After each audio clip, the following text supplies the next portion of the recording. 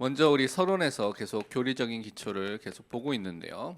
하나님의 속성 중에 우리가 많이 나누는 공유적 속성에 대한 부분을 계속 살펴보고 있습니다. 그 중에 오늘은 열 번째로서 하나님의 자비와 하나님의 은혜와 하나님의 인내하심에 대한 부분들을 좀 살펴보도록 하겠습니다. 사실은 이것들은 뭐 세 가지 분리된 속성이라고도 볼 수가 있지만 또 하나님께서 선하신 하나님이라고 우리가 배웠죠. 좋으신 하나님, 선하신 하나님인데 그 선이라는 것을 구체적으로 우리 삶 속에 어떻게 나타나느냐라는 것을 표현하는 또 구체적인 관점으로서도 살펴볼 수가 있습니다. 그래서 구약 성경에는 항상 많은 경우 이 자비하심, 은혜와 인내가 항상 많이 같이 반복해서 함께 나타나는 것을 많이 볼 수가 있습니다. 그래서 대표적인 것이 출애굽기 34장 6절에서 여러분이 살펴볼 수가 있는데 이렇게 말씀하고 있죠. 여호와께서 그의 앞으로 지나가시며 선포하시되 여호와라 여호와라 자비롭고 은혜롭고 노하기를 더디하며 인내하시며 인재와 진실이 많은 하나님이라. 하나님께서 자신에 대해서 어떤 분인지를 알려주실 때 자비로우신 분이고요, 은혜를 베푸시는 분이고 노하기를 더디하는 인내하신 분이라고 분명히 말씀하고 있습니다. 그래서 우리가 하나님의 자비하심 또는 뭐 긍휼하심에 대한 부분을 살펴볼 때 이것은 어떤 것이냐면 많은 경우에는 이것은 하나님께서 고통 속에 있는 사람, 비참한 속에 있는 사람에게 베푸시는 하나님의 선하심이라고 여러분 생각하시면 됩니다. 그래서 그들을 통해서 하나님께서 역사하시는 것들이 나타나는데 그것을 통해서 그들을 선한 대로 인도하시는 하나님의 뜻이 그 속에 담겨 있는 것이죠. 그래서 사무엘하 24장 14절에 보면 이 자비하심에 대해서 또 긍휼하심에 대해서 이렇게 말하고 있습니다. 다윗이 갓에게 이르되 내가 고통 중에 있도다 청하건대 여호와께서는 긍휼이 크시니 우리가 여호와의 손에 빠지고 내가 사람의 손에 빠지지 아니하기를 원하노라 하는지라. 고통 속에서 무엇이 필요하냐면 하나님의 긍휼과 자비하심을, 그 사랑을 베푸시는 것을 간구하면서 기도하고 있는 것이죠. 그리고 또한 하나님의 사랑과 선하심이 또는 때로는 은혜로서 아니면 호의로서 나타나는 경우가 있는데 이 은혜와 호의라는 개념은 우리가 도저히 받을 수 없는 죄 속에 있고요, 벌을 받을 수밖에 없는, 다른 말로 자격 조건이 전혀 안 되는 존재입니다. 그런데 거기에 그런 사람들에게 베푸시는, 그 사람에게 나타나는 하나님의 선하심이라고 여러분 생각하시면 되겠습니다. 그래서 은혜는 항상 누가 주냐면 하나님께서 우리에게 베풀어 주신 거죠. 하나님께서 우리에게 항상 베풀어 주시는 것입니다. 근데 이것은 값없이 우리에게 주시는 선물이라고 분명히 말씀해 주신 것이죠. 그러니까 우리가 이거 받을 수 있는 그런 능력이 아닌데 선물로서 값없이 주시는 것이죠. 그래서 로마서 3장 24절에도 말씀하기를 그리스도 예수 안에 있는 속량으로 말미암아 하나님의 은혜로 값없이 의롭다 하심을 얻은 자 되었느니라. 그러니까 은혜를 베풀어 주셨는데 우리가 도저히 이것을 사거나 뭐 얻거나 우리가 그것을 다 도달할 수 있는 수단이 없기 때문에 값없이 주시는 것입니다. 그래서 그 은혜를 죄인들에게 베풀어 주신 것이죠.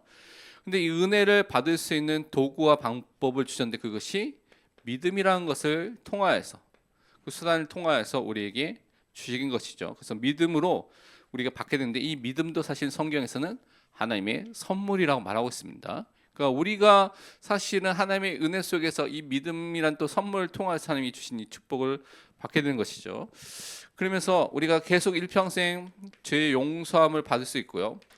우리 인생 자체가 사실은 그래서 하나님의 이러한 은혜 가운데, 은혜의 공급함과 그 은혜 속에서 살고 있다는 것을 성경은 고백하고 있습니다. 그래서 항상 여러분 하나님의 은혜 속에 내가 살고 있구나, 내 발걸음이 하나님의 은혜구나, 하나님께서 나에게 모든 것을 베풀어 주고 계시구나라는 것을 깨달으시면 됩니다. 그래서 우리가 잘 아는 고린도전서 15장 10절에 바울의 고백이 중요합니다.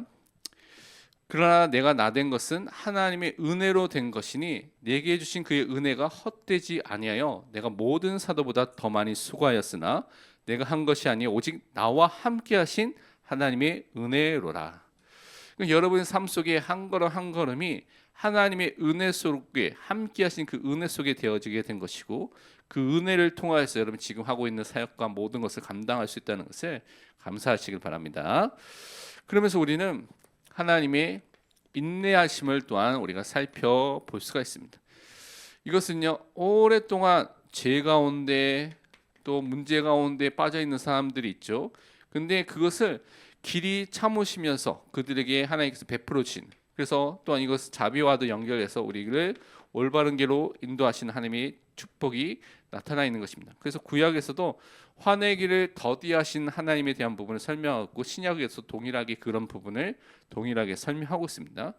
그래서 인내를 통하여서 우리는요, 하나님께서 우리에게 은혜를 베풀어 주시고 또 길이 참으시는 그 축복을 받았기 때문에 하나님이 선택하신 시간표 속에서 우리 삶 속에서 하나님의 약속과 목적이 분명히 이루어지는 것을 믿고, 그래서 우리는 하나님에 대해서 신뢰하는, 기다릴 수 있는 그 축복을 갖게 되는 것입니다.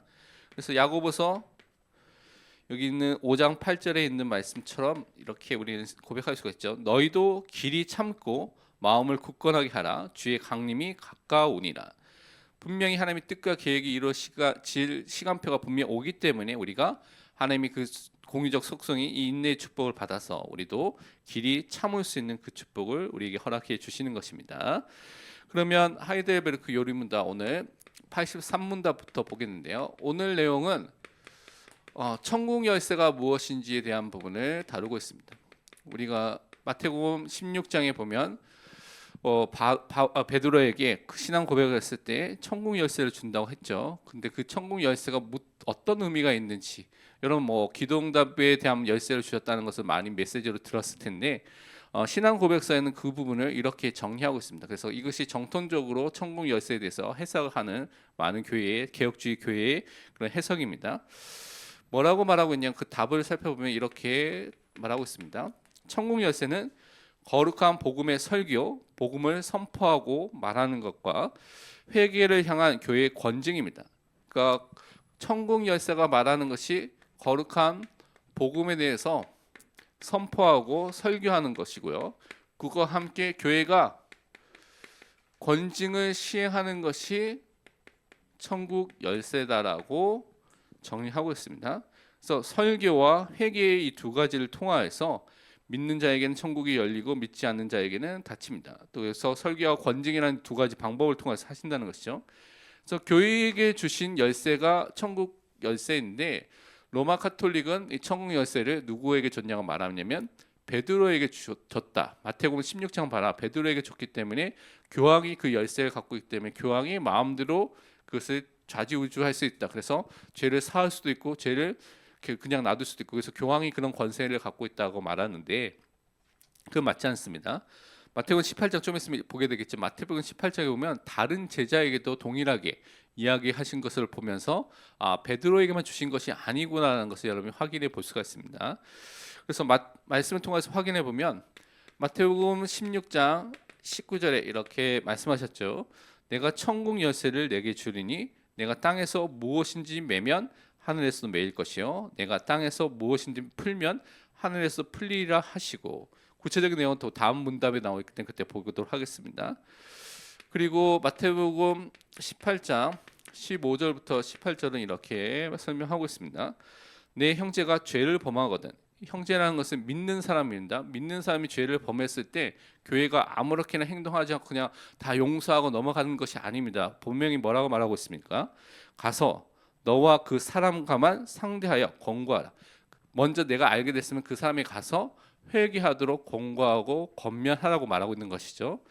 만일 들으면 내가 내 형제를 얻은 것이요 만일 듣지 않거든 한두 사람을 데리고 가서 두세 증인의 입으로 말마다 확증하게 해라.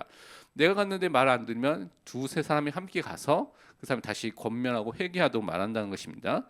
만일 그들의 말도 듣지 않거든 교회의 말하고 교회의 말도 듣지 않거든 이방인과 세리와 같이 여기라. 그 사람이 끝까지 회개하지 않을 때, 또 교회에게 말하고요. 교회에 말했을 때도 끝까지 그것을 회개하지 않으면 이방인과 세리와 같이 이제 교회 공동체의 일원으로 생각하지 말라고 말한 것입니다.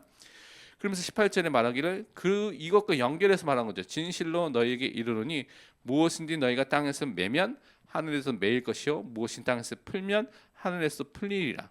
이런 권징을 시행했을 때 그 권징이 이루어지게 된다는 것을 연결해서 설명하고 있는 것입니다. 그래서 죄를 범한 성도들에게 권징하는 방법을 통하여서 그들을 회개하도록, 우리 목적은요 그들을 망하고 너 한번 죽어봐라라고 하는 것이 아닙니다. 권징은 회개시키도록, 그들을 올바른 하나님의 백성으로 다시 돌아오도록 하는 것이 목적입니다. 그래서 요한복음 20장에 보면 예수님께서 부활하신 이후에 제자들 만나서 이렇게 또 말씀하셨죠. 예수께서 또 이르시되 너희에게 평강이 있을지어다. 아버지께서 나를 보내신 것 같이 나도 너희를 보냈노라. 이 말씀하시고 그들을 향하사 숨을 내쉬며 이르시되 성령을 받으라. 너희가 누구의 죄든지 사하면 사하여질 것이요 누구의 죄든지 그대로 두면 그대로 있으리라 하시니라. 그러니까 이것은요 진짜 회개하는 사람들이 권징의 방법과 그 기준을 따라서 그들을 용서하고 받아들이고 회개하지 않을 때는 그들에게 권징을 하는 것을 통해서 그것이 있을 거라는 것을 미리 말씀해 주신 것입니다. 그러면 84문에서 첫 번째로 뭘 살펴보냐면, 그렇다면 거룩한 복음의 설교를 통해서 어떻게 천국이 열리고 닫힙니까? 라고 말하고 있습니다. 복음을 선포하는 복음 설교를 통하여서 이것이 어떻게 천국이 열리고 닫히는 것과 연결되어 있습니까? 라고 말하고 있습니다. 답을 살펴보면 이렇게 되어 있죠. 그리스도의 명령을 따라서 사람들이 참 믿음으로 복음의 약속을 받아들일 때마다 그리스도의 공로 때문에 하나님이 참으로 그들의 모든 죄를 용서해 주신다는 것을 모든 신자와 개개인에게 선포하고 공적으로 증거하게 될 때에 천국이 열리게 됩니다. 라고 말하고 있습니다. 모든 한 사람 한 사람이랑 공적으로 예배 순간에서 이 복음을 선포해서 이 예수 그리스도를 참되게 믿을 때 그것을 통하여서 다른 공로가 아니라 그리스도의 보혈과 그 공로를 통하여서 그들이 죄 용서, 죄 사함을 받게 된다는 것을 선포하고요.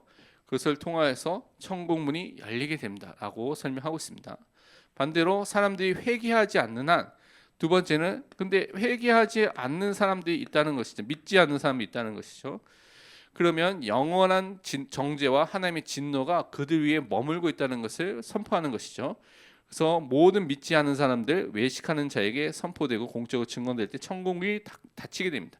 그래서 그 사람들은 결국 진노와 정죄를 받아서 그래서 천국 문이 닫히게 되는 상황이 오게 되는 것이 그것을 선포한다고 말하고 있습니다. 그래서 복음의 증언을 따라서 하나님은 지금의 삶과 미래의 삶을 분명히 심판하실 분이라는 것을 알려주는 것이죠. 그래서 말씀은 아까 전에 앞에 있는 부분을 많이 설명했기 때문에 한 부분 보면 요한복음 3장 32절과 36절에 보면 이렇게 설명을 하고 있습니다. 그가 친히 보고 들은 것을 증언하되 그의 증언을 받는 자가 없도다. 그의 증언을 받는 자는 하나님이 참되시다는 것을 인쳤느니라. 그가 우리가 전하는 복음, 예수 그리스도의 복음을 받는 사람들마다 하나님이 정말 참되신 분이라는 것을 믿게 되는 은혜가 임하게 되죠. 하나님 보내신 이는 하나님의 말씀을 하나니 이는 하나님이 성령을 한량없이 주심이니라.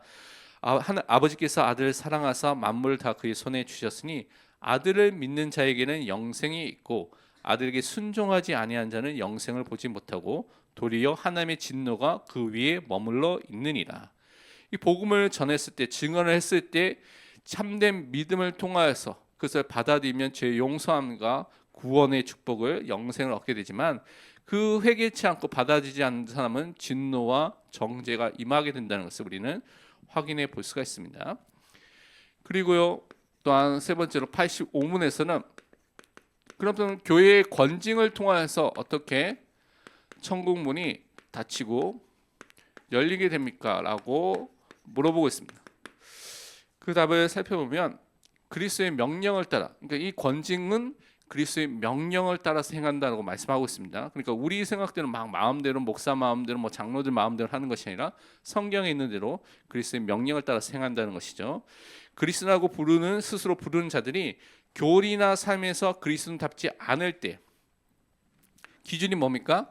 교리, 성경에서 올바로 가리키는 것, 삼위일체와 그리스도의 신성과 인성과 이런 교리적인 부분이 있습니다. 그리고 우리가 어떻게 살아야 될지 그리스도인다운 삶이 있죠. 근데 그 삶에서 그리스도인답지 않는 삶을 살 때 먼저 형제로서의 태도로 거듭 권고하고 권면하는 것입니다. 이 사람들이 이것에 올바르게 살지 않을 때 먼저 권고하면서 올바르게 살도록 그들을 권면하고 회개하도록 하는 것이죠. 근데 그들이 자신의 오류나 악행을 그만두지 않는다면, 회개하지 않는다면 그 사실을 교회 즉 장로들에게 보고해야 됩니다. 그러니까 이렇게 말했는데도 회개하지 않는다면 교회에 보고하는 것이죠. 그래서 장로 또 당회 7위회에 보고해서 알려야 된다는 것입니다. 그들이 또한 교회의 권고를 중요하게 생각하지 않는다면, 주의를 기울이지 않고 회개하지 않는다면 성례에 참여하는 것을 금지하고, 그래서 권징은 성례, 세례와 성찬의 추천 금지라고 하죠. 그렇게 참여하지 못하도록 하거나, 그러나 또 교회의 성도들로부터 배제시켜야 하며, 때로는 그것이 성도 안에 있지 못하도록 출교하는 일까지도 하는 경우가 있습니다. 그리고 하나님에 의해서 그리스도의 나라에서 제외될 것입니다. 이거는 하나님께서 하신 부분이죠. 근데 그들이 참된 돌이킴을 약속하고 보일 때, 다른 말로 근데 반대로 회개하고 그들이 하나님 앞에 섰다는 것을 우리가 확인하게 됐을 때 어떻게 해야 됩니까? 그들은 교회의 회원과 그리스도의 지체로 다시 받아들여집니다. 우리가 교회의 몸된 교회의 지체로서, 우리 교회의 성도로서, 회원으로서 받아들이고 사랑하는 것을 해야 된다는 것이죠. 그래서 우리의 목적은 권징을 통해서 이 사람을 회개시켜서 올바른 신앙과 삶이 회복되도록, 그래서 올바른 것을 믿고 올바른 삶을 살 수 있도록 도와주는 것이 이 권징을 행하는 것이지, 그 사람을 막 죽이기 위해서, 정죄하기 위해서, 막 없애기 위해서 하는 것이 아니라는 것을 항상 목적으로 여러분 생각을 하셔야 됩니다. 그래서 말씀을 통해서 보면 고린도전서 5장 11절 이제 5장 11절 13절 보면, 이제 앞으로 우리가 다루게 되겠지만 이 부분이 이제 권징과 관련된 것이 5장에부터 시작이 되거든요. 보면 이렇게 되어 있습니다. 이제 내가 너에게 쓴 것은 만일 어떤 형제를 일컫는 자가 음행하거나 탐욕을 부리거나 우상 숭배를 하거나 모욕하거나 술 취하거나 속여 빼앗거든 사귀지도 말고 그런 자와는 함께 먹지도 말라. 그러니까 죄인들이 이제 교회에 있을 때 그런 교제가 이루어지면 그들이 영향을 받기 때문에 그것에 하지 말라고 말하고 있죠. 밖에 있는 사람들을 판단하는 것이야 내게 무슨 상관이 있으리오마는 교회 안에 있는 사람들이야 너희가 판단하지 아니하랴. 밖에 있는 사람들 하나님이 심판하시려니와 이 악한 사람은 너희 중에서 내쫓으라. 회개하지 않을 때 그 사람은 출교하도록 하는 것을 행한다고 말하고 있는 것이죠. 그러면서 데살로니가 후서 3장 14절과 15절 보면 이렇게 되어 있습니다. 누가 이 편지에 한 우리말을 순종하지 아니하거든 그 사람을 지목하여 사귀지도 말고 그로 하여금 부끄럽게 하라. 그러나 원수와 같이 생각하지 말고 형제같이 권면하라. 이게 중요한 자세입니다. 권징을 행할 때 내 원수, 그 나쁜 짓 했지, 한번 맛을 보여주겠다라고 하면 여러분 잘못 생각하고 있고 잘못 하나님의 말씀과 반대되는 행동을 하고 있는 것입니다. 권징은 형제와 같이, 내 친형제와 같이, 자매와 같이 사랑의 마음으로 이 사람을 돕고 진짜 돌아와야 됐다, 살려야 되겠다는 마음을 하는 것이지, 한번 죽어봐라, 그래 너 나쁜 짓 했지, 이렇게 하면 여러분은 잘못된, 하나님 원하지 않는 것을 지금 하고 있는 것입니다.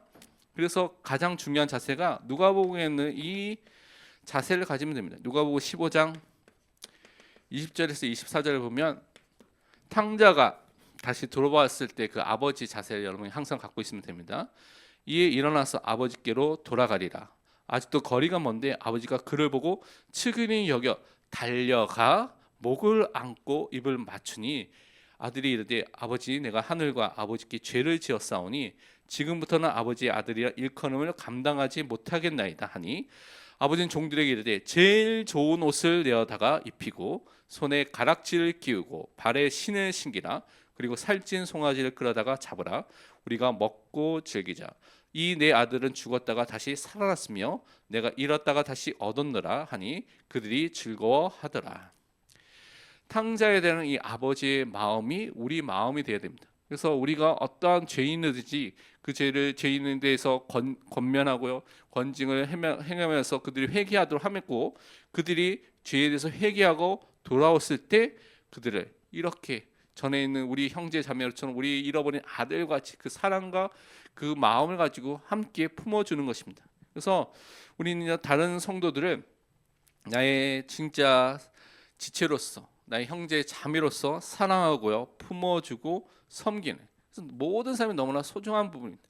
물론 뭐 잘못도 있고요, 뭐 실수도 있겠죠. 근데 그들이 하나님 앞에 바로 서려고 함께 예배드리는 이 현장 속에 있다는 것은 하나님의 뜻이 있기 때문에 우리가 서로 사랑하고 품어주고 하나가 돼서 이 마음, 탕자의 아버지의 마음같이 그들을 돕는 그 은혜 속에 우리가 항상 들어가야 되겠습니다. 그래서 천국 열쇠를 통해서 복음 선포와 또 교회 건증을 통하여서 하나님께서 죄인을 회개시키고 그들을 정말 하나님이 마음에 합한 믿음의 사람으로 세운다는 것을 우리가 확인하고 붙잡아야 되겠습니다. 결론으로 우리가 구역 공과를 보면 10가에 보면 이렇게 되어 있습니다. 하나님께 제물로 바쳐진 소년에 대해서, 제물로 바쳐진 소년, 우리가 잘 아는 창세기 22장에 있는 이삭의 이야기죠. 그 부분을 좀 살펴보도록 하겠습니다. 사실 이삭은 여러분이 알다시피 아브라함이 100세에 얻은 아들입니다. 그러니까 지금도 100세에 얻었다면 뭐 기네스북에 올라가야 되겠죠. 지금 뭐 이렇게 100세에 얻은 아들인데 이삭을 하나님께서 갑자기 번제로 바치라는 믿음의 시험이 오게 된 것이죠. 그래서 이것을 통하여서 하나님께서는 하나님께서 준비하신 여호와 이레라는, 하나님께서 우리를 위해서 구원의 순양을 준비하셨다는 것을 우리에게 알게 하셨고요. 또 아브라함의 믿음을 또 시험하셔서 그를 축복하셨고, 하나님께서 구원을 준비하셨다는 것을 우리에게 보여주는, 그래서 메시아 그리스도를 우리에게 준비하셨다는 것을 보여준 하나의 중요한 예표고 사건입니다.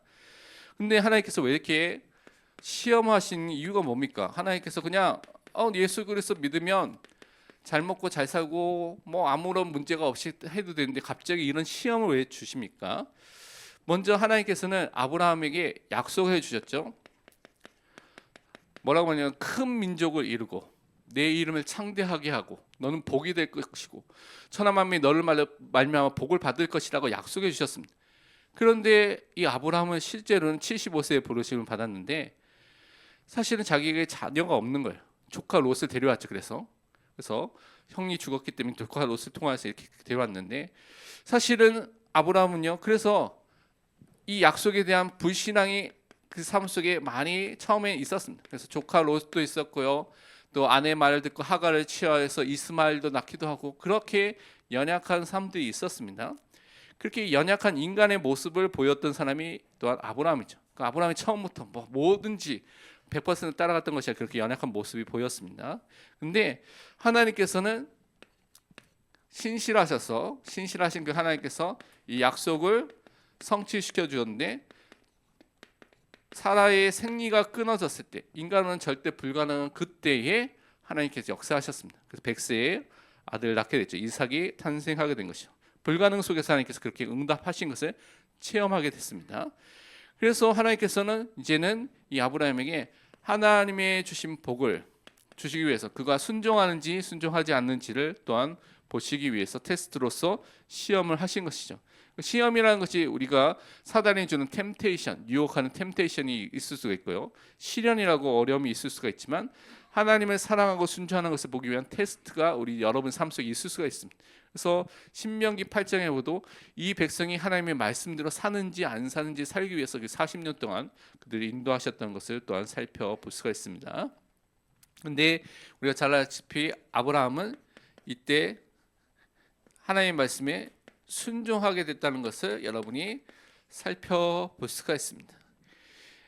여러분이 아브라함이 이 말을 듣을 때 다음 날 아침 새벽에 일찍 일어나서 종들과 함께 불을 챙기고 아들 갖고 나귀를 갖고 3일 길을 말도 하지 않고 계속 갔죠. 약속하신 모리아산까지 갔습니다. 그러니까 하나님이 주신 약속을 붙잡고 그대로 순종해서 갔던 것을 볼 수가 있습니다. 그리고 아들 이삭이 보통 때는 번제를 때 보통 다 재물 가지고 가서 드렸는데 왜 이제는 재물이 없이 그냥 갑니까? 라고 말했을 때 하나님께서 자신을 위해서 그 재물을 준비하실 것이라고 누가 먼저 고백했습니까? 아브라함이 먼저 고백을 한 것입니다. 그 말씀대로 하나님께서 성취시켜줬죠. 하나님께서 순양을 준비해 놓으셨습니다. 여호와 이레라는 것은 우리의 구원을 위해서 이 순양을 준비한 것처럼 메시아 그리스도를 준비하신 하나님에 대한 부분을 말하는 것입니다. 그래서 그리스도를 예배하신 사랑과 구원의 하나님, 그 여호와 이레의 하나님을 우리는 믿고 또 찬양하는 것이죠. 그것을 통하여서 하나님께서 정말 모든 것을 준비해 놓은 것을 체험하게 된 것이죠. 그래서 분명히 우리는 하나님께서 우리에게 감당할 시험을 주시고 또 피할 길도 우리에게 시험 당할 때 주신다는 것을 우리는 항상 믿어야 되겠습니다. 그래서 우리가 시험이 왔을 때, 테스트가 왔을 때 그 속에 하나님의 뜻이 있다는 것을 우리가 항상 붙잡는 것이죠. 그래서 우리는 이 세상 속에 살지만 세상에 의지하는 것이 아니라 하나님만 바라보고 의지하는 사람으로 항상 서야 되겠습니다. 왜냐하면 지금도 우리가 하나님 대신에 사람을 붙잡고 있는 사람도 너무나 많고요. 세상에 있는 돈, 명예, 부귀, 권력 또 다른 것들을 붙잡고 있는 경우가 너무 많은데 이 모든 것들을 다 버리고 내려놓아야 되는 것입니다. 그리고 어떻게 바뀌어야 되냐? 세상의 것이 아니라 하나님만 여러분 인생의 주인으로서 왕으로서 목자로서 여러분 삶 속에 인도하시고 여러분을 책임지다는 것을 항상 믿고 고백하는 그 삶이 항상 있어야 됩니다. 그래서 내 삶에 지금 누가 주인이 되고 있는가? 하나님과 재물을 겸하여 섬기지 못한다고 분명히 말씀해 주셨는데 혹시 내가 돈에 묶여가지고 돈에 지금 노예 생활을 하고 있지 않는가? 아니면 사람과 세상의 노예 생활을 하고 있지 않는가라는 부분을 항상 점검해 봐야 됩니다. 그리고 우리는 우리의 목적과 방향이 하나님의 나라와 하나님의 의를 먼저 구하는 사람을 섰을 때 하나님께서 필요한 모든 것을 더해 주신다는 것을 체험한 하나님의 자녀로 부르신 것을 항상 믿고 고백해야 되겠습니다.